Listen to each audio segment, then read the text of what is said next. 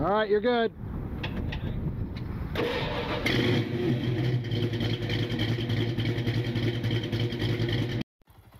Welcome to the car show. Yeah.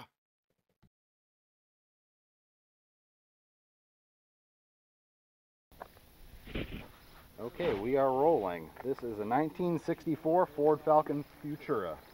And I'm here today with Bruce Moorman, the owner of this fine machine, and he's going to walk us around and tell us a little bit about the car. So Bruce, where do you want to start? Let's start at the front. Okay, let's probably start with probably the most striking thing of the car is probably the color. Okay, the color, you know, it was taken off the color of Troy Trepannier's car. The car, he won Car of the Year with it, and God, I don't know when the year was, 95 or something like that, and it was on a 60 Chevy. Anyway, we come up with this color, pretty much as close to as what we could. So that's probably the most striking thing about the car is actually the color. But from that point on, as far as the engine wise, it's a 347 stroker in it. Okay, well, why don't we pop the hood to take a look at that? Okay.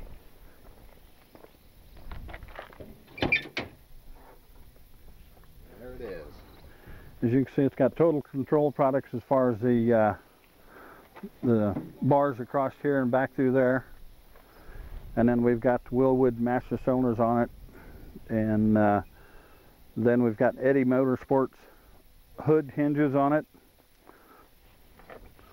These are Spectre, as far as that goes, or the forced air induction, I guess you might want to call that, you know. Yeah, it's kind of like the old Oldsmobile W40 system. Yeah, exactly, exactly. I think this has about 439 horse, 440 horse, you know. At 4,400 RPMs, it's actually built to be an autocross car. Yeah. And then it's got the Viking shocks, coilovers on it all the way around. And you have raced this autocross, right? Oh yeah, it's been on the autocross track a lot of times. It'll go a lot faster than the driver one, you know, can go. But it's faster than the skill behind the wheel. Yeah, that's for darn sure, you know. But it is fun. That's I've probably had it out on the track probably 30, 40 times, whatever. Yeah. And it's been fun. And you've had this car for 30 years, you said. Yep, darn near 30 years. Our sons drove it to high school. Yeah, and it was in not this good a condition back then, right?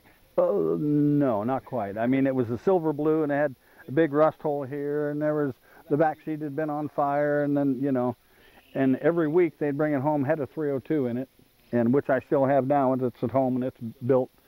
And they'd bring it home every week, and I'd have to put a new tire on it, because one new tire, do you hear me say, because it's a one-wheel wonder, and it would just be the wires. That's all that'd be left of it. So it's been in the family a long time.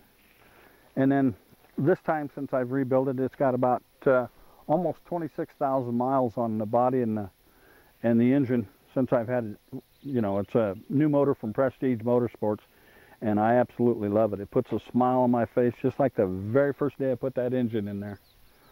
And you mentioned this is a roller motor, right? Yes, it is. It's a roller motor. Yeah, it's a rack and pinion steering on it, you know.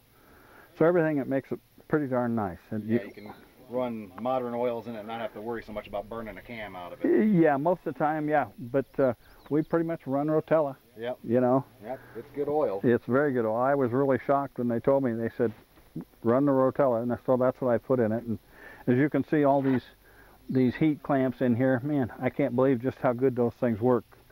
Radiator clamps, the ones that you shrink them on. Yep. And I know we're all scared of them as hot rod guys, but man, they really hold. Yeah. They really hold.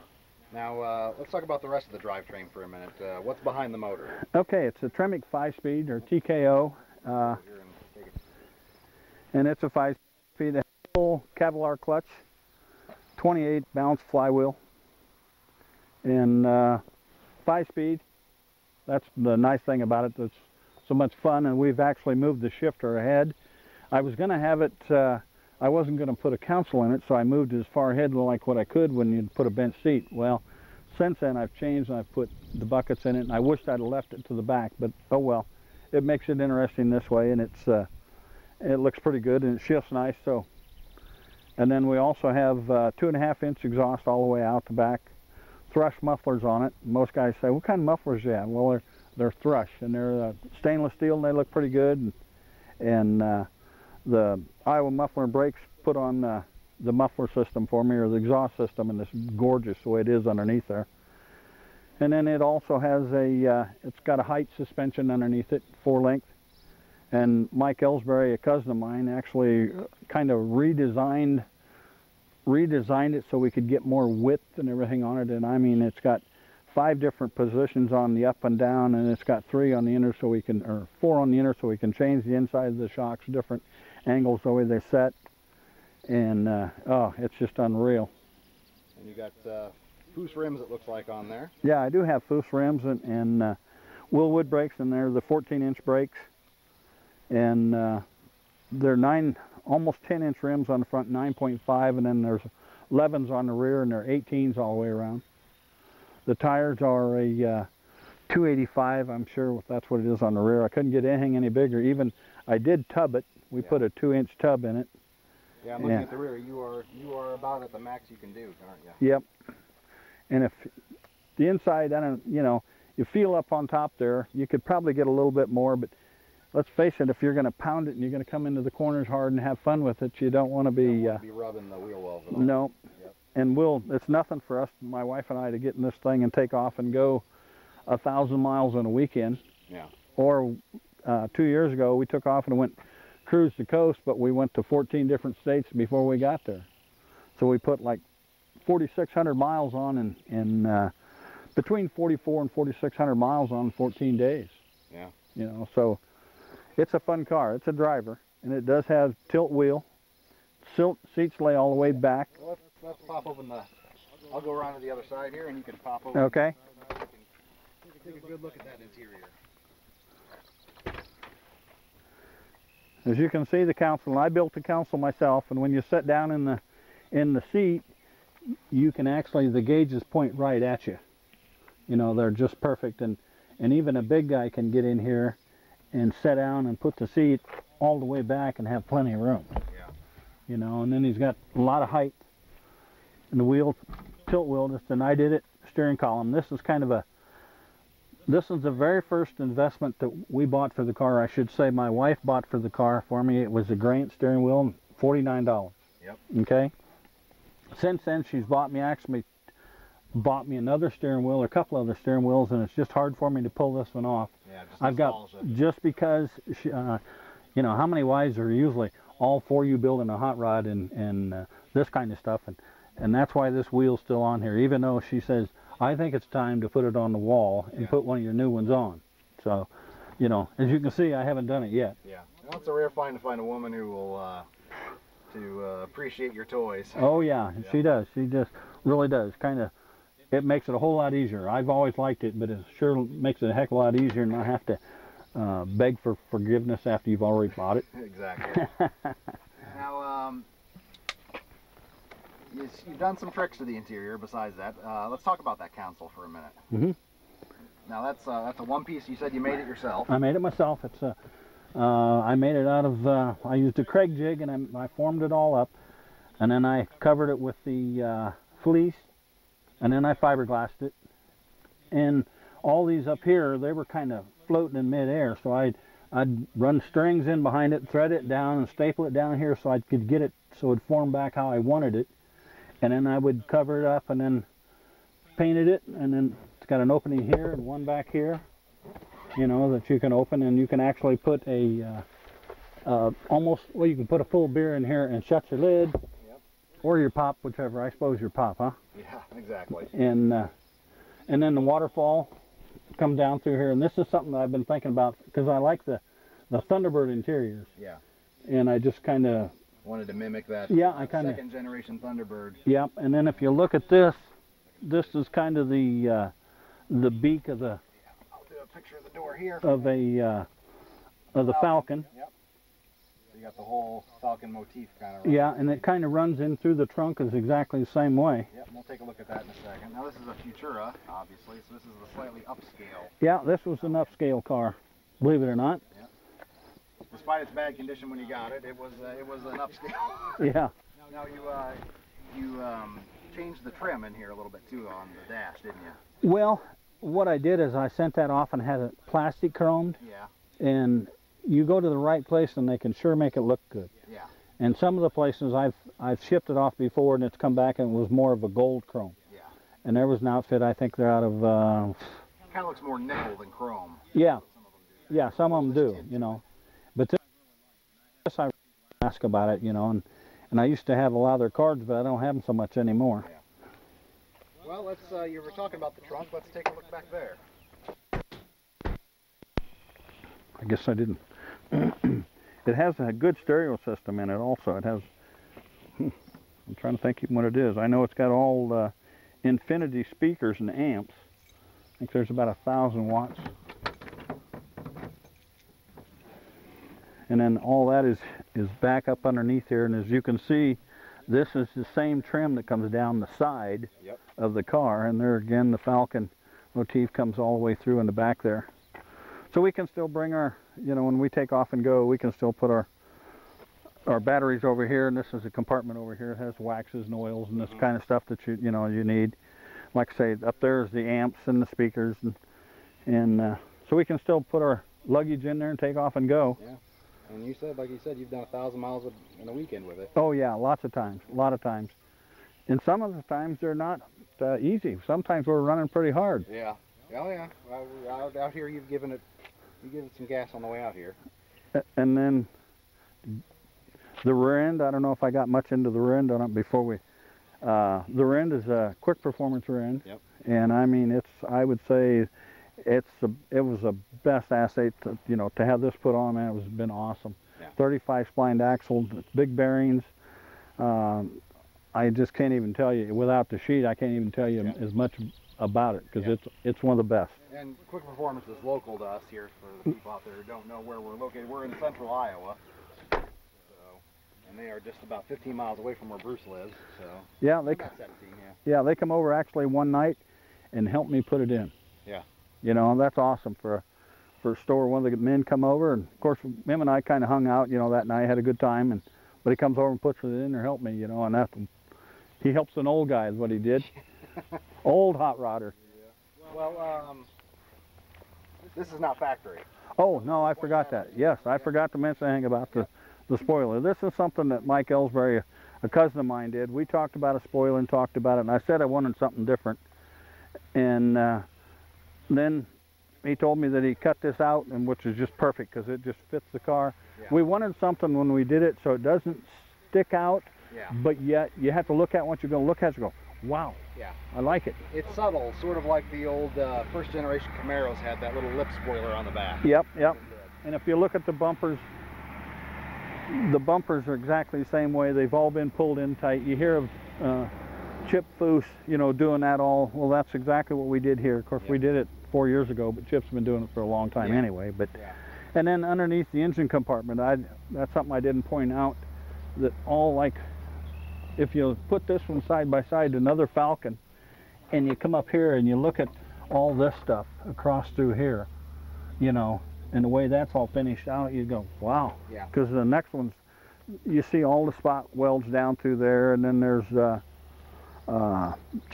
it's not a very good looking piece across there. So we filled, you know, put rebar across it, or not rebar, we put 1/4 inch bar across there, and there's 3/8, and welded it all in, and then molded it and everything, you know, and moved all electronics. If you look, there's no electronics that you can see. It's all, everything, it's all MSD ignition, and it's all right in here. Yeah.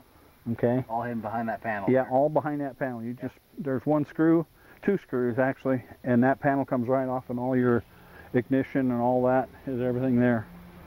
Your CD, you know. She's a driver. That's the most important thing. That's what we like to see in this project that I'm doing, is that not a trailer queen. No, by all means. Nope. It has been on some trailers though, but it's been broke. Well, yeah. We were talking about, this is our second day filming, because on day 1 she decided to give us a little bit of a fitch.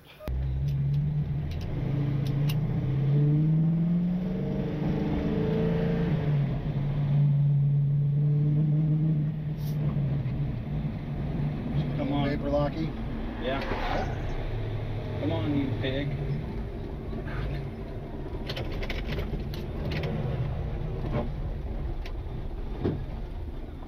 Pushing you in the hot though, is she?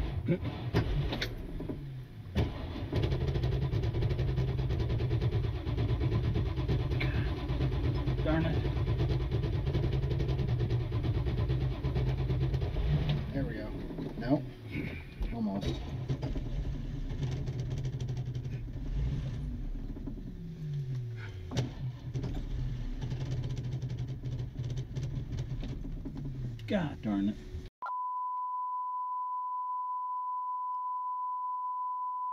it. I drove it to a tornado one time coming out of Rapid City, South Dakota. We went to Custer for a car show down there, and on our way home, I can't remember, we were coming across 90 and we were listening to music and not paying any attention. All of a sudden we looked up, there's no other cars on the road but us, and it was dark. So we switched to a radio station, and they said that they were having a tornado, and it was, they give us mile marker where it was at, and that's the mile marker where we was at. So when we got to this one place, the next day we woke up, or when we stayed in the car all night long because you couldn't get a room. Yeah.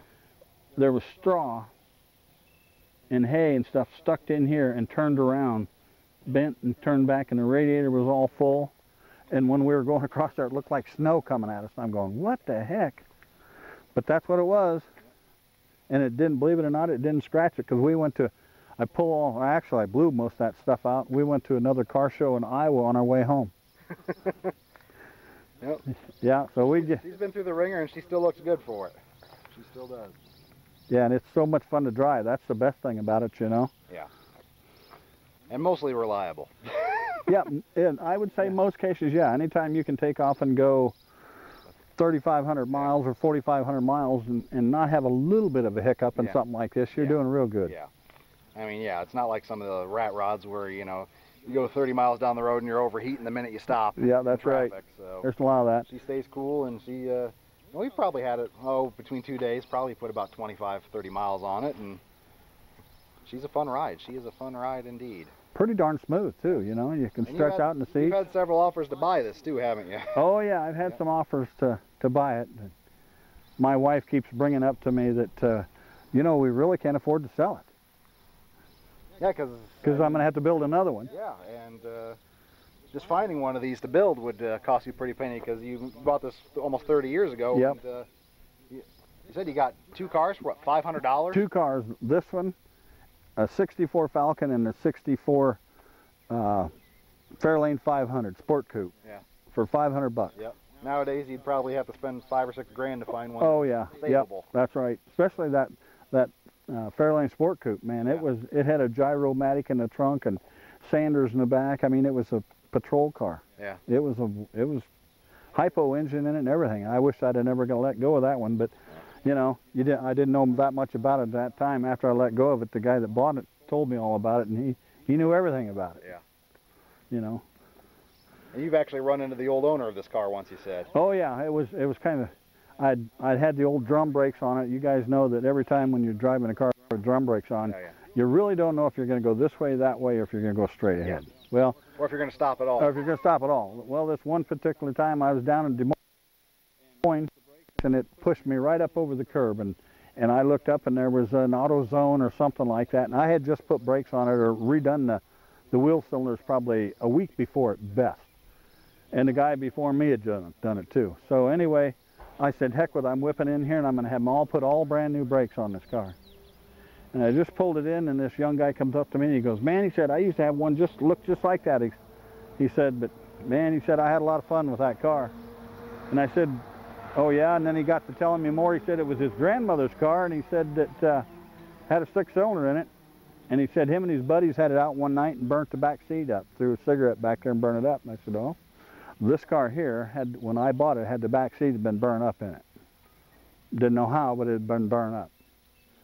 So I said, what color was it? And he goes, it was kind of a misty blue colored. And I said, this car was kind of a misty blue. Yeah. So next thing you know, and I said, well, that's what color this one. He goes, wow. He said, did you put that motor in there? And I said, no, it was in there when I got it. And he goes, well, I put a 302 in my grandma's car, and I built a transmission mount for it because it had an FMX transmission. And I said, this one has an FMX transmission. He goes, you're kidding me. So he said, I'll know if it's my car or my grandma's car, because he said he took a welding rod and he welded his initials in the mount. Well, sure as heck, we got down underneath there and his initials were welded in that mount. Yeah. So the small world of hot rodding. Yeah, he just about flipped. He couldn't believe it that the car looked basically like it does now. It had a different kind of wheel on it, because I've had 4 different sets of wheels on it. And you've had this car in a magazine too. It was in Carcraft, wasn't it? Yeah, it was in Carcraft, and it had a pink stripe. The pink stripe went down, come up here and went back down. Looks like it went back inside the car. Yeah. And then I had pink neon underneath the car. Yeah. So it'd flip on the light switch and it had neon. But that was, you know, it was kind of, yeah, it was kind of hip then, you know. Yeah. And everything's more subtle and oh yeah, yeah, pinstriping's really coming back, and I love pinstriping, but I just don't know if I can see myself putting pinstriping on it, you know. You got another car in the garage with some pinstriping. Oh on yeah, it. yeah, I Maybe do. We'll do one on that someday. Yeah, that's a neat old car, but these brakes on this thing, man, they stop like a just great. And it's got needle bearings in the clutch and the, you know, everything in the brake pedals and all this kind of stuff. So it's good stereo system. Seats lay back. It does not have air conditioning, but it's got tinted windows, and we, on whatever side the sun's shining on, we roll that window all the way to the top, and on the other side we crack it about 2 inches and open up the vents, and it's real cool. All right, well, how about we hook up the GoPros and take this thing for a little spin then? Let's go. She sounds real sweet. Starting to hear just a little bit of a rattle. One of those mufflers. Oh yeah.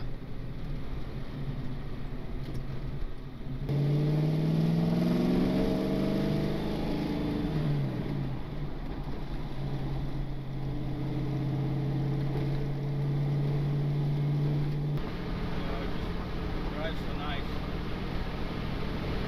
Especially for a light car. You said it only weighs about 2,800 pounds with you in it. Yeah, 2,863 pounds with me in it.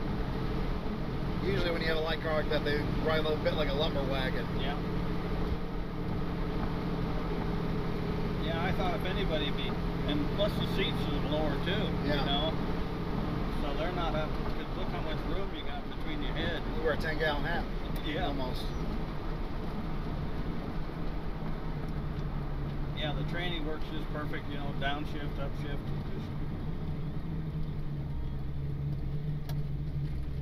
You know, come around the corner like that, go down to 15 mile an hour and be able to take off like this in third gear. Yeah.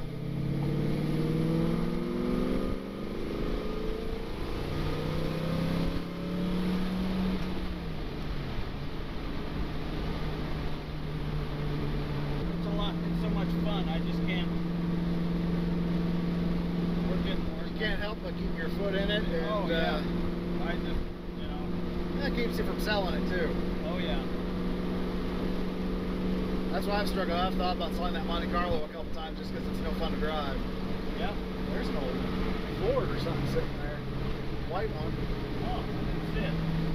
Fastback, like a 67 or 8 maybe. Oh yeah. Fairlane? I think it might be a Galaxy. Huh. I'd really like to have a 65 Ford Galaxy. I love the straight lines on the fenders, the straight tops, and their straight cut. They're just a cool car.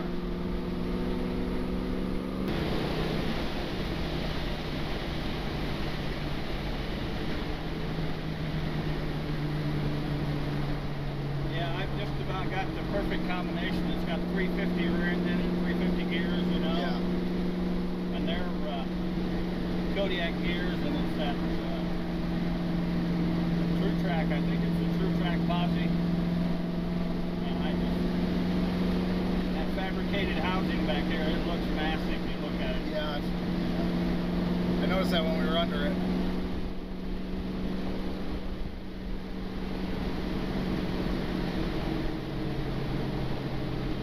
I mean, even if you wanted to up engine it, you still got it set up for Windsor. You could always put a big strokers in those 427s or something like that.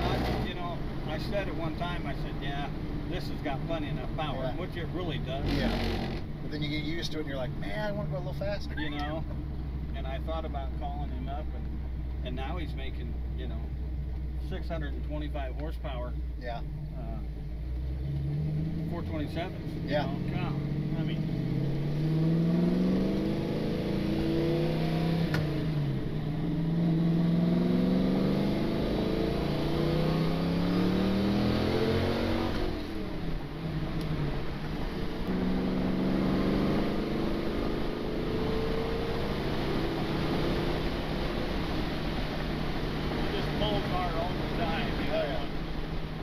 that for torque specs? Yeah, I can't remember.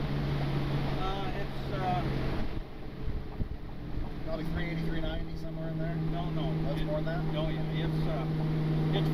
it's more than the horse. Oh, is it? Yeah. Okay. It's like, I'd have to show you the sheet. I think it's like 459. 459. That's healthy for a naturally aspirated. Yeah, I've got the specs on it already. And you just feel the way it is. Oh yeah. And that's without, I mean, it's not punished. Yeah. Yeah, you're not even all the way into the 4-barrel. No. I can roll across an intersection, you know, I was on a hot rod power tour. I could roll across intersections, be in second gear, and everybody else was clutching it to smoke their tires, and I could just get in it.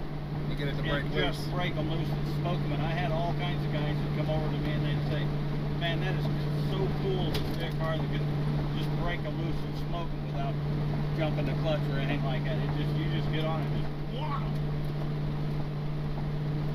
Yeah, and I said, and I'm getting, as long as I'm not jumping on it, and I'm getting 24 miles a gallon. Yeah, you can't beat that.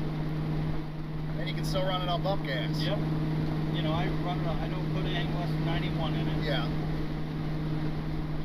One time I tried putting 110 in it, and I was going to autocross it. Didn't like it. It didn't like it. It didn't like it at all. I'd get on it coming out of the corners, it was flat. It just didn't like it. You know, it likes 91 or 92. You know, and I'm sure I've had 93 in it. But man, there's a lot of gravel on that road. Yeah. Yeah, they've been patching it. Yeah. I hate that on a motorcycle. Oh yeah, me too.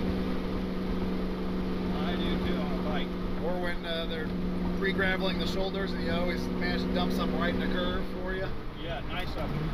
I guess I can't say enough. You can take off and go around the corner like that at you know, 15 mile an hour in fourth gear. Yeah. And just roll into it. It doesn't jerk, buck, or nothing. Yeah, if you had a 289 or a 302 in it, you'd get tired of shifting it. Oh yeah. Yeah. And this thing just...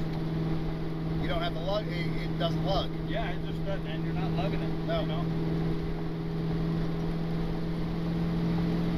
And I like these corners so much down through here that it's awful hard for me to put it in fifth gear.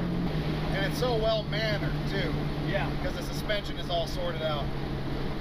You know, you get into some of these old ones that, you know, there's still stock suspension on it, and you get on it and it wants to go for a ditch here, a ditch there. Yeah, it's going to throw you to the right, or Yep. throw you to the left, Yep. whatever, you know. Yeah, in my dad's shop back in the 90s, we put a 427 in a 66 Malibu for a kid with a 4-speed.